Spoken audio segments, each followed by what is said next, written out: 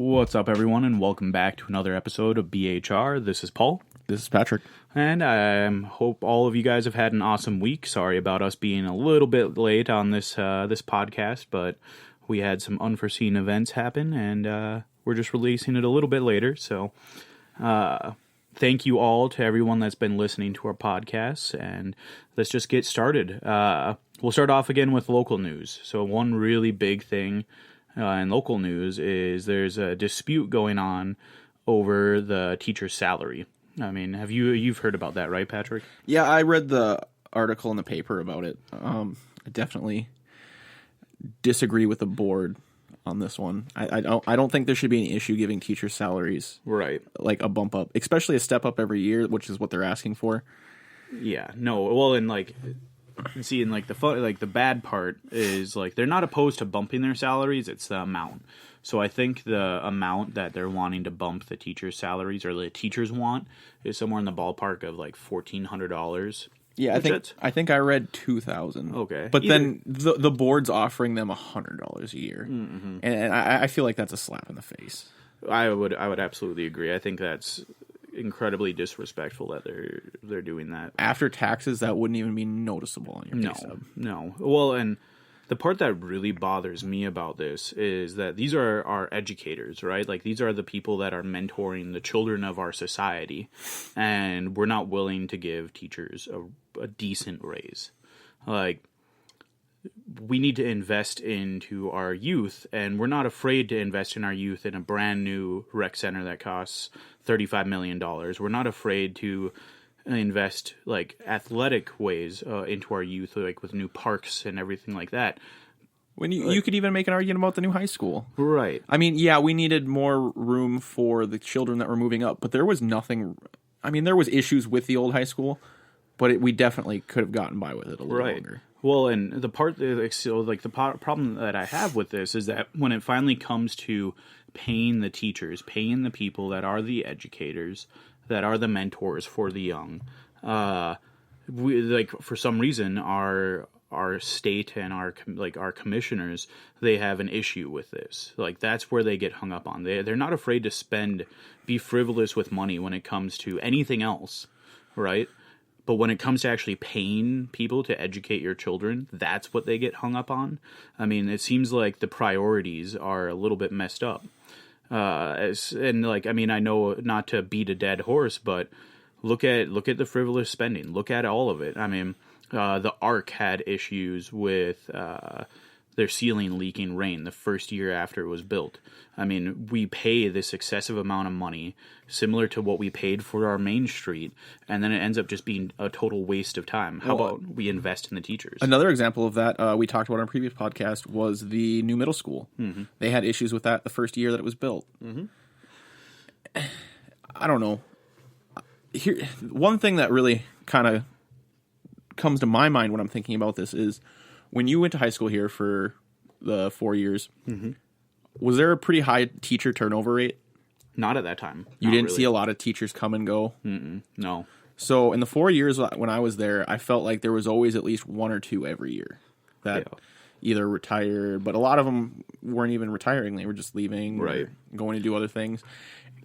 If you had this yearly step-up raise set in place, wouldn't you think that would help with retention? Oh, absolutely, without a doubt. And it's a noticeable amount, especially for the people in the teacher's career path, where I believe it would definitely make teachers stick around, and to make it into a career and not just like a side job, which a lot of them, they have to pick up two jobs. And you got to remember, like, this is the investment into the youth of our society, and like, we have to spend the money on these teachers. We have to make people want to be teachers. Like, I mean, how many people do you know growing up said that they wanted to be a teacher when they got older? I mean, not when we were younger, but I know quite a few people that I graduated with that actually went to become teachers. They went to school to become teachers. Most of them ended up doing it. Right. And I mean, like, it's awesome that that's happening, but we need to keep that going. We need that momentum.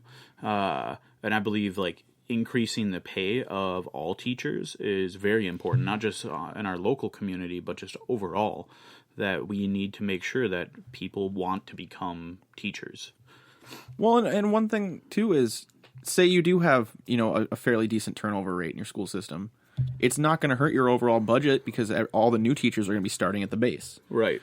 So I do not see how this is going to be harming you in the long run. Right. No, and in the long run, it pays multiples on the investment. I mean, your return on investment when it comes to having a higher quality educator is insane. Well, and if you can keep the higher quality educators in your system and keep them happy, and then put any extra budget into maintaining your school, helping it be a better school, you're going to get more budget in the future anyway. Right. See, and this is, like I said, this is my personal issues with how our community is being ran. They nickel and dime us on having higher quality educators, and yet they're also they're doing that with one hand, and then with the other hand, they're asking us to extend their sales tax for this road maintenance that doesn't seem to really appear in any quantifiable amount when you have to keep reworking the exact same spots year after year. So I mean, there's something up there. It's very, very unusual. You know what I say? I say that we take that sales tax and we give it to the teachers. Instead of actually having that 1 cent sales tax, we do have the highest sales tax in all of North Dakota, and honestly, I don't think that's going to change. I think they're going to they're going to manage to maintain that, but let's vocalize that we want a little bit more. We don't want that 1 cent going to these construction companies that can't complete a job on time or can't properly manage their own concrete. Let's put this towards our teachers and to our community and the future of our community. Myself personally, I'd even be willing to compromise that and split that tax in half. Yeah, give half of it to the city so they can still attempt to maintain things. Yep, and then give the other half to the educators. Right, exactly. And I think that would and maybe that 1 cent won't go towards all of this pay increase for the teachers, but at least it would help, and it would show the teachers that the community actually cares about them. So I think that would actually kind of help as well. I mean, like I said, I think it'd be a lot more easy to get people on board with that tax too if you did something like that. Right, exactly. But see, then again, you have to watch out for these incentives to be on board with the tax, because one of the incentives that they kind of pushed with getting that sales tax to pay for the ARC was that the ARC would be free to the college students, and then that changed after the vote, right? And so they maintained that sales tax. It wasn't referred back to another vote, and they changed the contract, and the students ended up having to pay an amount. See, I didn't know that. I was under the impression that they did get to use it for free. No, and then now they actually end up paying, as a student at WSC pays more for their ARC membership through their student fees, a mandatory student fee, than what a person of the local community pays for it. So, I mean, it's insane how much they charge. It's somewhere in the ballpark of a few, $300 a semester. To me, it just sounds like a way of making sure that the money that is in that college is a scholarship. Is that what it is? Yep. Yeah, and that scholarship gets buried back into the school. Right. Well, not buried back into the school, but buried back into the park and rec board. Yeah. I mean, I guess, the intention would be for it to eventually go to the school. Right. And, don't even get me started on the ARC, because I have so much to say about that. We'll save that for a later episode. Just real quick, though, how much do you use the ARC? We hardly used it at all. I mean, most of the students, and it was kind of odd. So, some of the athletic students, they were forced to use the old gym, although they had this membership for the ARC. So it was weird. They could go work out there on their personal time, but when it came to actual athletic training for the college, they weren't allowed. They had to use the old gym. Since it's been built, I have not been there to actually use the facilities. I've been there for birthday parties at the pool. Right. And I went there to vote. Yep. And that is it.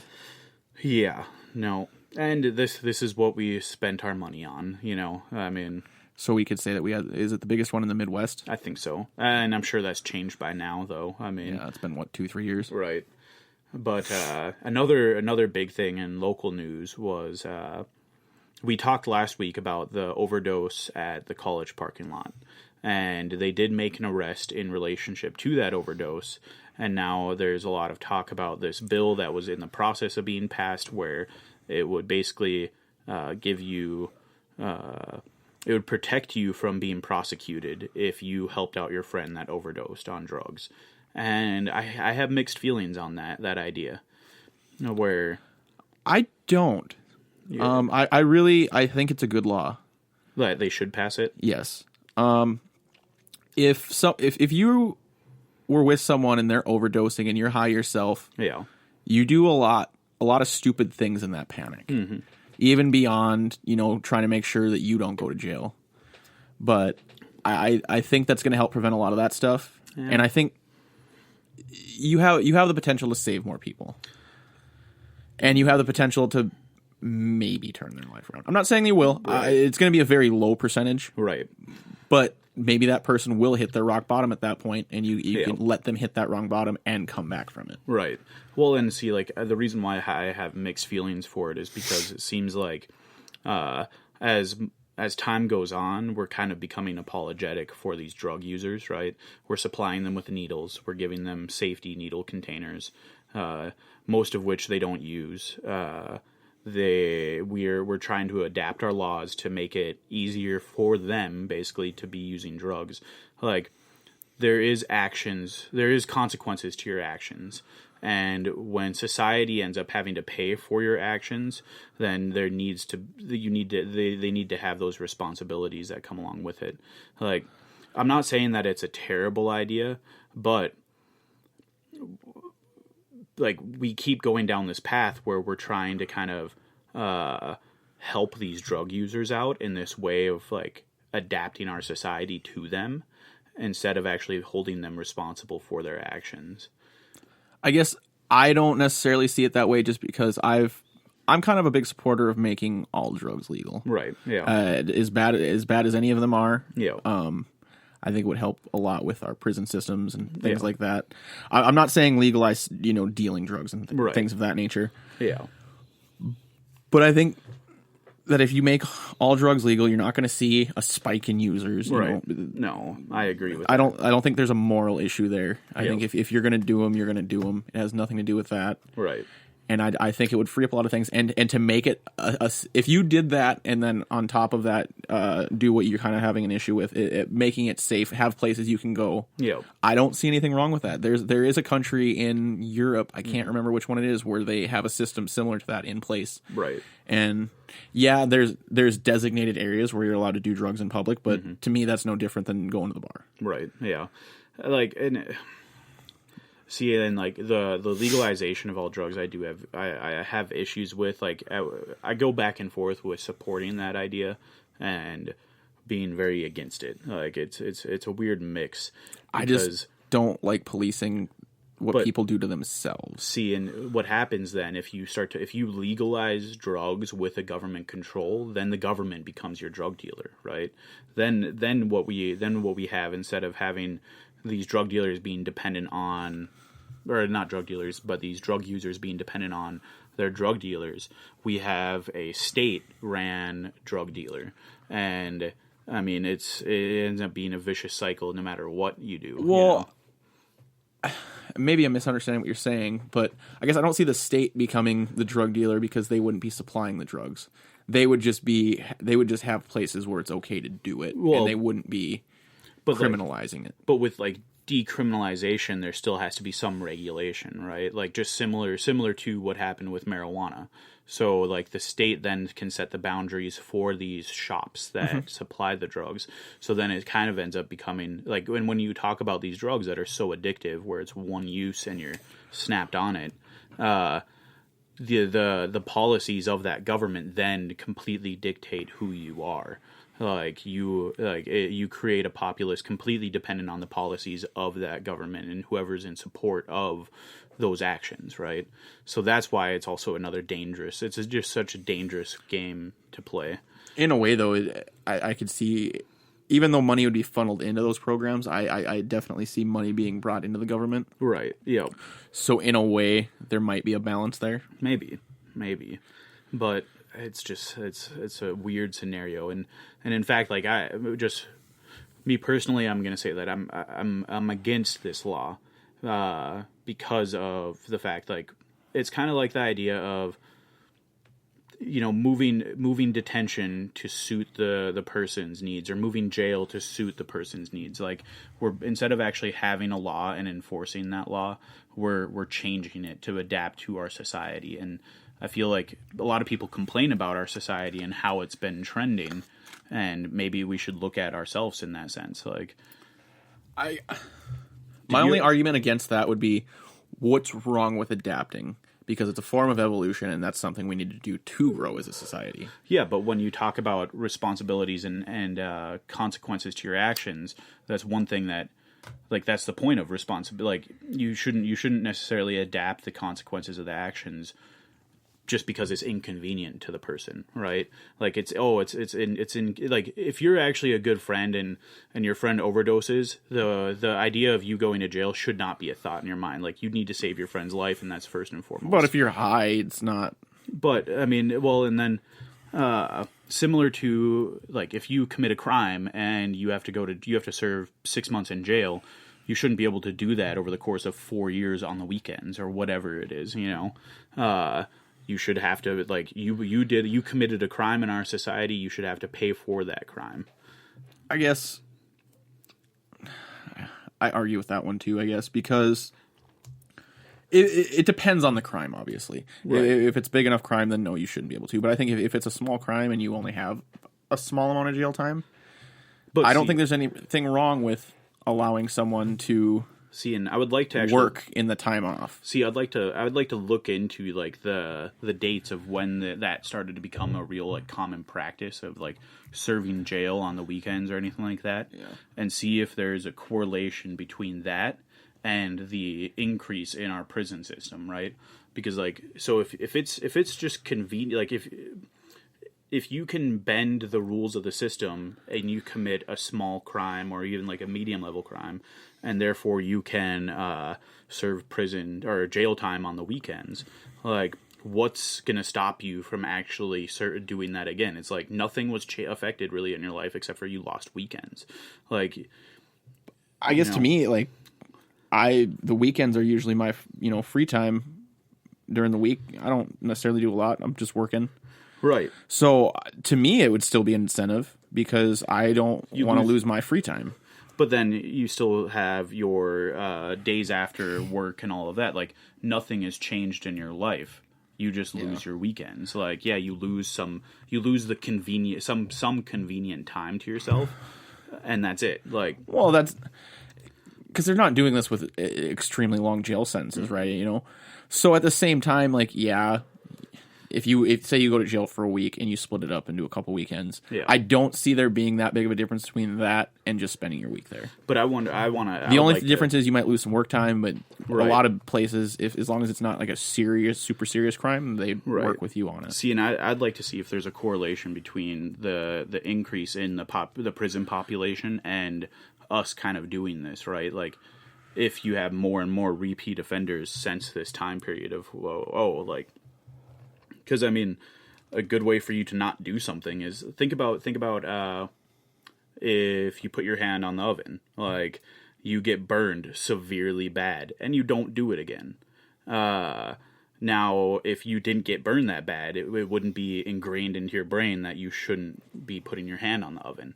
Like, it's the most basic action to consequence relationship, right? And so if you are committing these medium level to low level crimes often, and you're able to just keep getting by with a slap on the wrist in the sense of just serving, weekends or whatever, like, is it too convenient? Like, are we having more and more people kind of fall into this trend because of its conveniency? I guess I have an argument here, but I'm not sure if it really fits the podcast. So I'm stalling so we can edit this out if we need to. Yeah. But, okay, so I know you in your personal life. Yep. I don't, when we're doing podcast stuff, I try not to get personal with it. Right. But I know, like, you're a big fan of Christopher Hitchens. Right, yep. So one of his big things is that we don't need religion to keep our morality. Yeah, yeah. So I guess what I'm looking... people argue against that and say, well, if there's no religion, we'll run around and do all this and do whatever. Yep. And when you were making that argument, that's all I could think of is, I know you kind of believe that, but... Yeah. Well, no, see, and like... How... The reason why there's a separation there is because of, for the most part, it's kind of like the social contract theory. Like, it's John Locke. It's the idea of when you have a government, when you have a society, you give up certain rights to that society. Okay. And then that government has the ability to maintain order, right?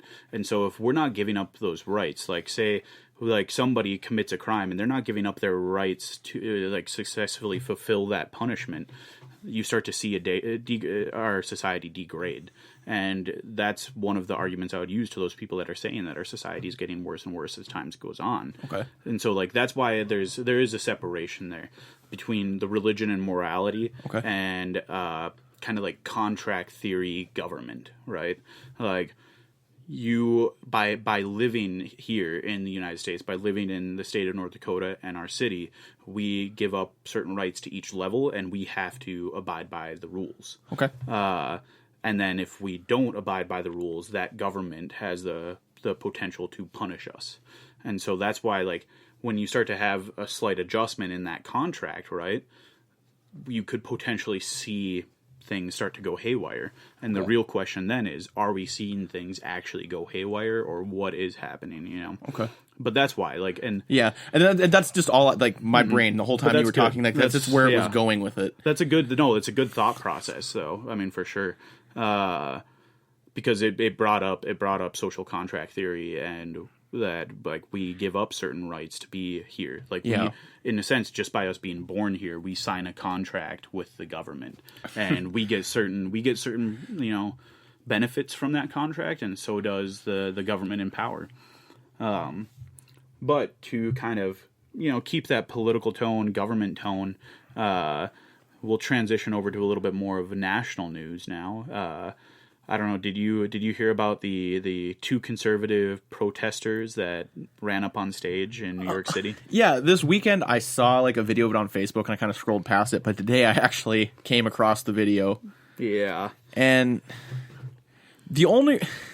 it bothers me because even though we don't really necessarily claim conservative, we definitely fall on that side of the spectrum. A little bit, yeah. Yep.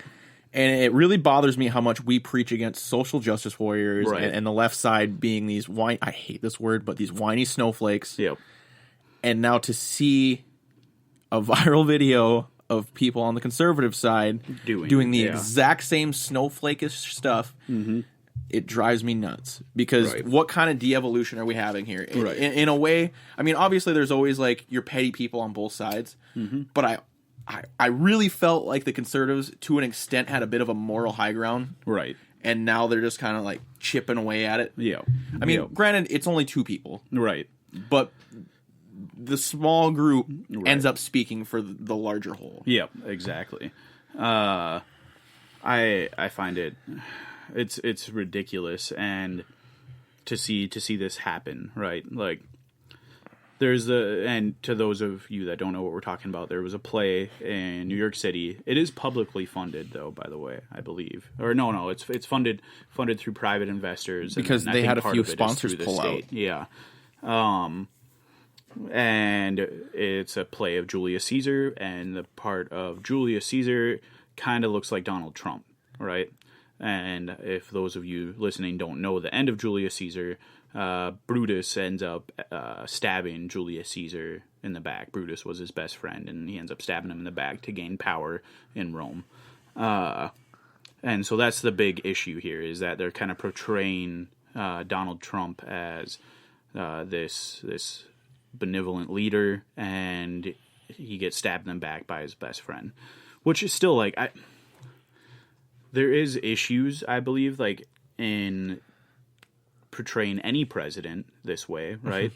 But it's a play, and therefore it shouldn't be that big of a deal. Well, and if they're staying true to the actual source material, and all they're doing is just changing basically what the people wear and a couple names, right? I don't see an issue with it, right? So the point, I guess, that almost brought me to a point a little early, but I'll start, I guess. The reason I think that people are freaking out so bad about this is because this is so close to the Kathy Griffin nonsense.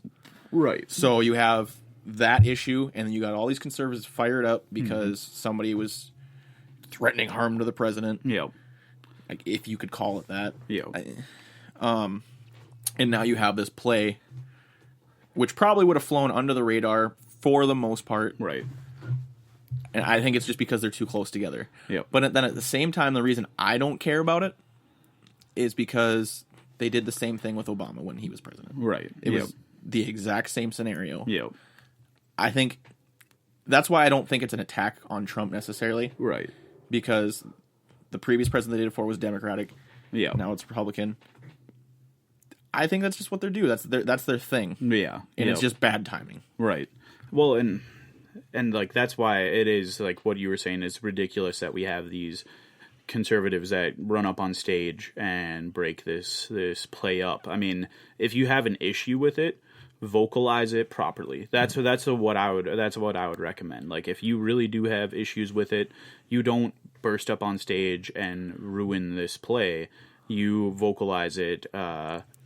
After the play is finished, you talk to people and you express your grievances with the play. Like, you don't ambush the play no matter what. That is such a social justice warrior move. Yeah. And it bothers me because just 2 months ago, conservatives met in UC Berkeley. Mm-hmm. They had an event. They spoke, about giving turns. I think they even let a few left-sided people come up and speak at their event, and everybody got along, and it was great. Yeah. And to see things kind of start shifting in that direction was great, but now you see the side that was trying to bring everybody back together to an extent. See, and like this, in a sense, like we should always question everything that we see in the news, because it kind of goes back into that whole clickbait article. Like, they are going to give the most attention to the most out there people, no matter whether it's left or right. And there's another example of it with these people. That they do this for attention, right? It's not just the people doing it that want the attention, which they were fully prepared on what was going to take place. They were arrested. They had a website started before they went. Yeah. They had a website for donations set up before they even went to protest this event. And it's the maturity level of our politics. We see that dropping, right? And that's where it's sad. And I am worried about the future of our political system because of that maturity level dropping on both sides. And I definitely think that both sides, the maturity level has been dropping before this incident, but it's just like the first clear-cut time. Right. It's been, hey, now both sides are being petty. And the one thing that it feels out of place was the guy basically calling, like, the conservative calling the Democrats the Nazis, right. Even though there's times they definitely fall into fascist, the line of fascism. Right. I don't know. It seems really out of place. Yeah. Well, and like I said, like it's that maturity level declining, and plus we live in this internet age, right? So we're connected to everything, and we have access to everything. So anything can possibly go viral. And so it's that the mixture of the maturity level dropping when it comes to political events and political protests, and a combination of that and this blood in the water clickbait media, right? So those two in combination are a very dangerous mix, and God help the future of our society. I mean, Again, I think I said this early on in our podcast series, but this is one of those rare optimistic moments where I think that when things get too bad, they should start to turn for the better. I think the smarter of the groups will kind of take over. I can only hope so, and I hope that those people become more and more vocal in the mature sides of those. I think what eventually you're going to see, like the more mature sides start to get irritated with the immature people and kind of step in. Yeah, or they'll devolve and then the whole thing will fall to shit. But right, and it's very possible that could happen because I mean, when you consider that we were the first, like the way that we formed our government is like a mixture, right? Like we were the first ones to actually form the government the way that we did, and it is a very fragile system. And I think any government is, though. Oh yeah, yeah. Well, extreme dictatorships aren't. They're not too fragile. It takes quite a bit to conquer or to reestablish your rights in that society. Yeah, but most of them have fallen. Yeah, yep. But kind of keeping on topic with going back and forth and things battling themselves out, there was another terrorist attack in London, except for this time it was a group of Muslims that were ran over by a van. And the man was 47 years old and obviously was he hated Muslims and he felt that he should kill all Muslims. He proclaimed that after he got out of the van that he was going to kill all Muslims, and he was very happy in what he did. Did you catch much of that? I didn't find out about it till today. I think it happened this weekend sometime. It happened last night. Oh, it happened last night. Okay. Yep. Yeah, I just heard about it today. I do not condone this man's actions in any way. Right. But I'm not surprised. No, and neither am I. Like, I'm not surprised in the slightest, because when you look at how many terrorist attacks that were of people of the Muslim faith, it is a rebuttal to their terrorist attacks. And, I don't like seeing this, but I don't think this is going to be the end of it either. I think we're going to see more and more of this back and forth type of violence start to occur. No, and this kind of ties into the last story. You have these two sides that are fighting. Mm-hmm. One side's being very extreme. Mm-hmm. The other side's kind of just being quiet, trying to deal with it. Yeah. And then they finally get sick of it. Yeah. And they step in. Except for in this case, it's murder. Right. Yeah. I've been expecting some kind of retaliation towards Muslims. Right. I mean, obviously they're not Islamophobia, right. But I mean, there's definitely bigoted people out there that are. See, and I like that you went down that path on that wording of it, because I think this idea of Islamophobia, where that word should be gone. When you say phobia, I immediately think fear. Right. And it's not fear, it's hate. Right, exactly. So to call it a phobia is just kind of like a sugarcoating way. Yep. And now like the real question then, is it unjustified hate, right? Like what we see are these radical Islamists committing these terrorist attacks. And there is a certain level of justification for hatred towards these people, but there is no justification to murder an innocent group of people. Like this guy that ran these people over, like, yeah, he did this outside of a mosque, but he had no clue. Like, there could have been other people there. I mean, it's a very like radical, like in a very sense, like the actions, the radical side of one side is starting to make the other side become radical. Mm-hmm. And that's where those two stories tie in together. Right. Yep. And well, yeah, because I'm glad you said the radical part, because it's like, it doesn't surprise me when a Muslim goes and blows up a Catholic church. They don't care if there's anybody else around. Right. Yeah.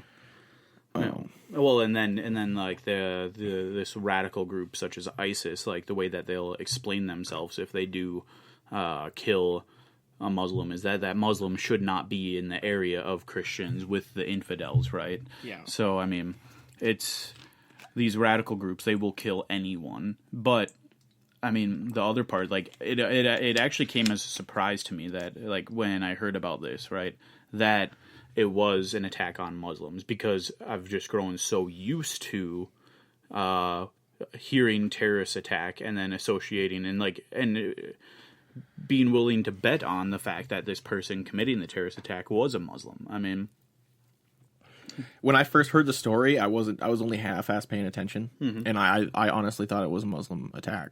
Right. Not an attack on Muslims. Right, yeah. There is one part of that story that I do want to point out, because it's not an extremely common thing, is I don't know what their position is called in the Muslim church, but their priest that came out and kind of de-escalated the situation. I mean, it's a pretty hard situation, I feel like, to de-escalate. I'm sure tensions were extremely high. Right.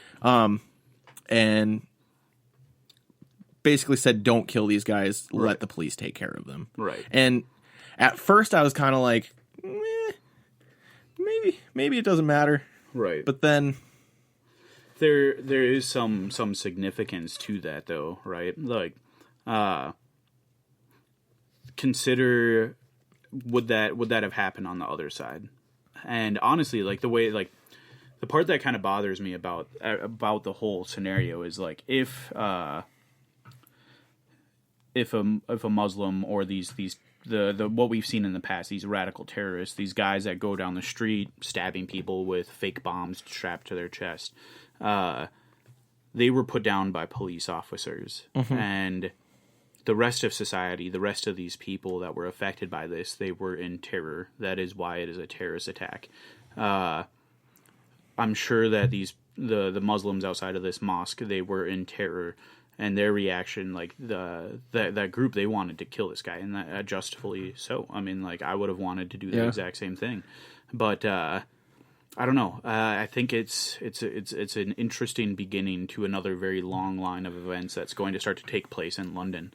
Like I said, I think we're going to see this continue on, where you're going to see attacks on both sides. Yeah. I would not be surprised, especially with.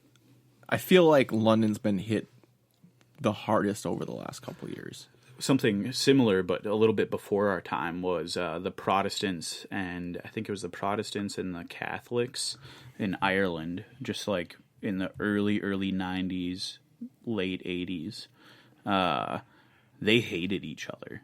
Like it was very similar to the hatred that our society is developing for Muslims, right? Like the conservatives that hate Muslims, right?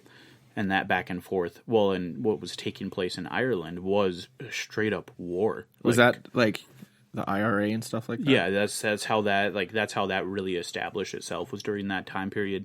And it was straight up war in the streets of Ireland, where they would have car bombs, they would shoot each other, they would hand grenades, the whole 9 yards. Because of these two groups and their differences, and they weren't even that different, really. But and I think with the mayor of London's stance on it, even though I guess during the last terrorist attack, I feel like he's kind of starting to shift. But with the way he feels about terrorist attacks in his city, right. I don't think he's going to do much about it. No, I don't think so. Even when things get out of hand, I don't see him. Right. Because anyone who says that terrorist attacks are part of living in a big city, I can't trust them. Oh, yeah, no. Well, and this even just to rewind and give a brief history lesson, like the society is a lot like a rubber band. It gets stretched one way, and then it usually snaps back another way, and then it gets stretched that way, and it gets snapped back the other way.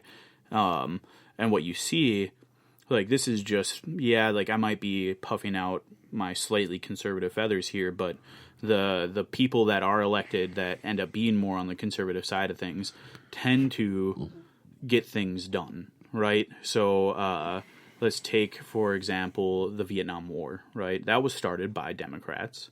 It was pussyfooted around where people were wanting it to end, and it was just a terrible, terrible time. Like, we were losing more and more troops. Richard Nixon comes into office and basically puts his foot down and bombs Vietnam back to the Stone Age. And what he did that for was in preparation to actually do a withdrawal of the troops. He successfully ended the Vietnam War. Another example of this, actually, this is a perfect one. You look at World War II. You had Winston Churchill, definitely a conservative. A lot of people consider him a warmonger. Puts an end, or almost like right near the end of World War II, he gets voted out of office. That rubber band snaps back to the left side. They elect a socialist prime minister. And this guy is, like, Stalin could identify that Truman and this socialist prime minister were wimps, right? And so that's why we really had that rise and real strengthening of the USSR. They ended up getting rid of the socialists, and I think they put Winston Churchill back in, and it just turned into a mess. But, like, that being nice to these people that oppose you, are so opposite in opposition of you, and you cannot necessarily be nice to them. Like their main motivation is to stop your society and stop your way of living. Very similar to the communists of the old days, with Stalin. Their main goal was to stop the capitalist society. And now we're starting to see this with these radicalized Muslim groups. Their main goal is to stop our society, Western civilization. We cannot be nice to them. Like, you cannot have a shred of niceness towards these people, because if that occurs, you're going to end up losing, right? Now, does that mean that you blame all Muslims for the actions of those few? No. But to those few that are being radicalized, you cannot be, like, you have to be the iron fist on them, right? Like, you have to be prepared to wipe them out, wipe out the radicals, fully wipe them out. And the left side tends to be a little bit more apologetic towards those, even the radical Islamists. Yes. No, I completely agree with that little rant there. Right. And to kind of start to wrap things up, talking about extreme forms of anything, North Korea, back in the news this last week with the young man that was released on June 13th, Otto Warmbier, I believe. I might be butchering his last name. But they had kidnapped him. He was returned to the United States. And he ended up being in a coma because of loss of brain tissue. Well, he passed away today at 22 years old. And it's incredibly sad. And I wonder how our government and the United Nations will respond to this. I mean... Well, I feel like people have kind of forgotten how crazy North Korea is again. Yeah. Like, they were in the news every day there for a while, and now you see a little bit here and there, but I don't even know how to handle this. One thing, like, I feel a lot of pain for this, for Otto's family. Mm-hmm. But one thing, like, we should not allow United States citizens to enter. Like, we need to put something in place where, like, they cannot enter these countries. Well, where... That's the thing that grabs me, is the first thing I thought of when we talked about the story is, why was he there? Right. Yep. How did he get there? Because they've made it very clear that they don't want us there. But he was a part... So, like, you can get in quite easily through China and Malaysia. They have access to that country. And this young man was a student and was part of, like, this traveling experience for students. And that's how he ended up being in the country. And he was completely safe throughout that entire time period of being in the country. On his way out, though, they arrested him for all of these different things. And what he was doing was he had a propaganda poster for North Korea, and he took that and he was going to bring it back. Like, he wanted that poster, that propaganda poster, and they found that. And that's how this all happened. So they didn't single him out because he was American. He did something to be noticed. I think so. Like, yeah, he did something to be noticed. Like, obviously, and then because he was an American, everything else kind of snowballed, right? Right. But I mean, I'm not trying to say it's his fault in any way. I'm just saying that he did something to trigger their curiosity, right? And then it was there was no hope after that. Right. Exactly. But then again, like, I still want to kind of emphasize that we should not be going into these countries. There's no logical explanation to go there. I mean, you should not even have the desire to go to this country. I mean, like, no, you will potentially die. And Otto ended up paying his life for this tourist trip that he took, for the most part. I mean, like, we cannot take it kind of goes back to that idea that I was just talking about, where these people that have hatred towards us or hatred towards our society, they will stop at nothing to destroy us or to kill us or to stop our society from functioning. And we cannot underestimate that. I think there needs to be some sort of retaliation for this, because even if he did break one of their laws, I feel like this is completely unwarranted. Right. Oh, yeah. They claimed that he ended up getting botulism, and that's how he ended up having the brain tissue loss and why he was in a coma, all of that. Like, very, very unusual medical explanations. And then our doctor said that none of that actually happened. And really what it was just a cutoff of oxygen to the brain. And that's what put him into the coma, which led to his death. And I think the best way, like, moving forward, that, like, it sounds so ridiculous, but I hope that we kind of leave it up to the UN and that we really come down hard with some more sanctions to make North Korea pay for this, because I really want to avoid the real big physical altercation that seems to be building up, you know. I don't see how you can do those sanctions without starting a bigger war, because you're going to have to go through these countries that, right, you know, like China, that don't want us meddling in this area in the first place. Yeah, you have to hit those countries that are being nice to this country too. But just this is also very, very relevant. It has to do with North Korea. Dennis Rodman made another trip there. Right. Why is he welcome there? He's a Westerner. Right. But I'm sure he falls in line with those people that hate our society, right? Like, that think that America is this, or the United States is this really bad place, whatever. And I'm sure that he kind of placates the ruler of North Korea. And I mean, like, I to me, it's sickening that we have a citizen that's so welcome in our populace also be free to, like, just go over there and hang out with this dictator. I mean, I feel like, have you ever heard of guilty by association? Right. So, like, if you commit a robbery and you're the driver, you never had a gun in your hand, but your friends die, you get charged with murder, right? So, I mean, like, I honestly, to me, it pisses me off that Dennis Rodman is doing this, and he keeps kind of making light of this dictatorship, right? Like, I mean, like, millions of people are starving to death in this country. They are being ruled by this mass oppressor. People are being murdered, and one of our people, one of our citizens, is, like, buddies with him. Well, the reason I just can't wrap my head around is because of it being Dennis Rodman.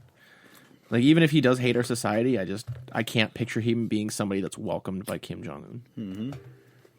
Because whether he hates our society or not, he's actions, you know, he's very much the epitome of Western culture. Right. Yep. You know, outlandish styles and different colored hair, and fucking Dennis Rodman. Well, consider this, right? So, like, one thing that we know for a fact, that the leader of North Korea is very immature. He's in his early 30s, but he has had everything, anything that he's ever wanted handed to him, right? I mean, he owns a country. He owns the people of those countries. Like, I mean, they are his slaves for the most part. You can make that argument about any country, though. Yeah. Not to the same extent, right? Like, not to the same extent, but you could make the argument that the government owns the people in their country. Well, yeah, to some level, yeah. But not to the same level, right? Like, that goes back to that social contract theory, and it's the amount that you give up to that government, right? But very immature, has everything that he's ever wanted guy leading North Korea. Take a look at Dennis Rodman.